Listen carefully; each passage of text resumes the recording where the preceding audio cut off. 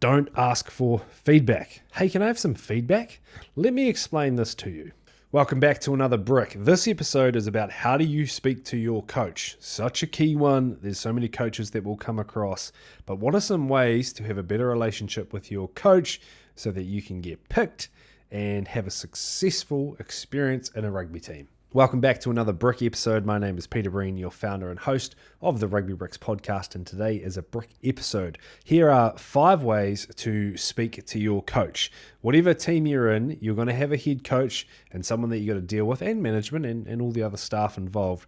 But 5 ways that you can speak to your coach to help maximize your experience, to make it more enjoyable. You're going to get dropped, you're going to get picked, you're going to have ups and downs, but here's 5 ways to set you up for the best success inside a team. The last one that I speak about is probably the most crucial one, and it's going to sound a little bit like, what do you mean? But don't ask for feedback.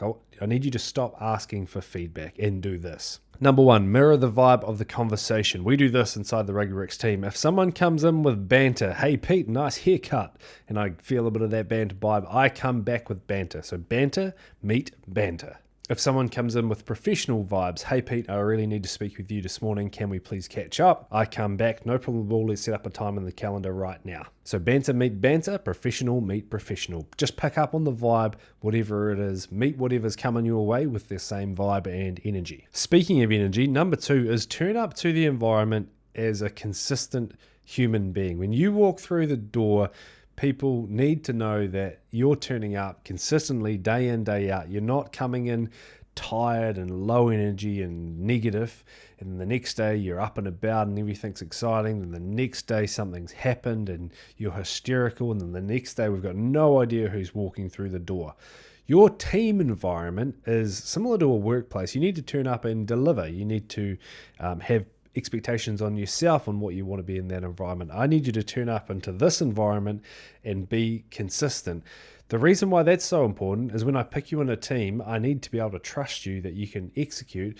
But also when we head away and we've got an away game, or we're traveling or away for a couple of weeks, I want to be able to rely on you that you're going to be a consistent human inside this environment to help us collaboratively work together and achieve a goal. There's only rooms for a couple of maniacs in each team, like 1 or 2. We've all got a maniac who's out of control, but usually they're very, very good at what they do on the field, which, allows them to have that little maniac about them. Number 3, coaches are always listening. As a teammate, your coach is always listening. So they're listening to you celebrate the tries, or clap when your team score, or celebrate a really good tackle, how we're talking to our teammates. Coaches are always listening. You've got the ability to either be negative and point out all the flaws, or you can really take on that fighter mentality and just really celebrate, find the positive, build people and take people with you as part of the team. If you're sitting there in a team like bagging the weather, or bagging players, or bagging a drill that you just did, or a conversation that you had, or someone's shit and that's not working,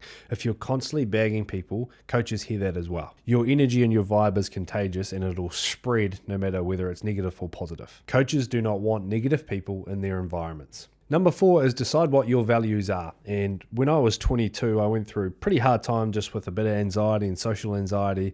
And I sat down with someone and went through my values and what's important. It really allowed me to be me in the environment. I wanted to work hard. I wanted to train on the weekends. I wanted to do extras. And I was feeling like the social pressure of, mate, you're a Harry hard out. You need to calm down a little bit like the rest of us. But going through my values and what my goal was really gave me permission to get out of myself's way to just be me and turn up to trainings and deliver how I wanted to train. Like, my whole brand, Rugby Bricks, is built on outwork, outlearn. So that's the type of person and people that we're trying to attract. There are people in your team that aren't on that same vibe. They're there to play rugby and enjoy themselves and do different things and play for different reasons, which is fine. Be you, let be. Let them do them. But if you can get organized in your own lane and space, it's going to make your conversations with your coaches so much more simpler. They're going to be able to understand what path you're on, what journey, because they'll see your behaviors. So getting organized yourself and your values is really important so that they can see what you're up to. Number 5, the one I mentioned at the start, don't ask for feedback. Hey, can I have some feedback? Let me explain this to you. Your coach right now, the team that you're in, like, have a think about them right now. Who is my coach? That person.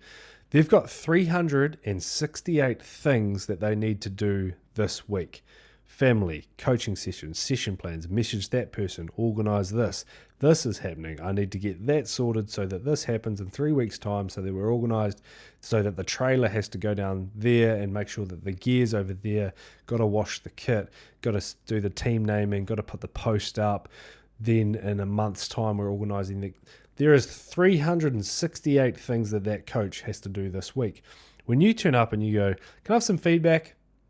One, it's a very lazy question, but you've just given them 369 things that now they need to get through that week and organize and come up with all the ideas. Here is a better way to do it. Here's my example. Listen to this, and I'm asking you the question as the listener. I've got a new idea for Rugby Bricks, and I cannot wait to share it. Like, the new product is going to be something that has never been seen before. I've come up with the ideas, and I want to share it with you and get your feedback. Can I get your thoughts on this idea? Isn't that such a better way to present the equation? Like, I've done all the work. Here it is here. I just want you to have a look at it. That's what we need to do with our coach. So here's how it could look for you as a player. Coach, I've broken my game down into 3 parts: skills, position, and then the decisions that I've made. I've only put 3 points for each, and I've written them down here.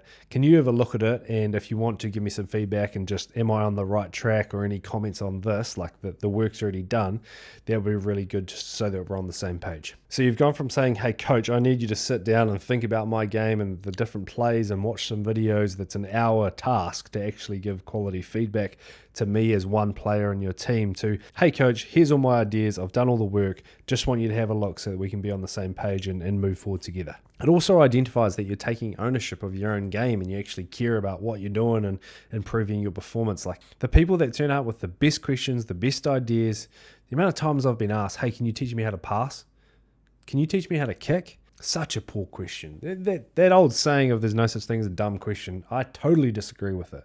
There's dumb questions everywhere. Turn up prepared, do the work, show me that you care, show me that you're organized, and do that for your coach. Thank you very much for listening to this Brick episode. I really do hope that it helps you speak and communicate with your coach and people in your staff and management better as you move forward through your career. If you enjoyed this episode, chuck it in the WhatsApp group, send it out via email or by text, however your team communicates, because I think if we can get more players understanding the game that you're in and actually having to, mold and work with humans, because we're in a team sport and team environment, it really will help you progress through your career.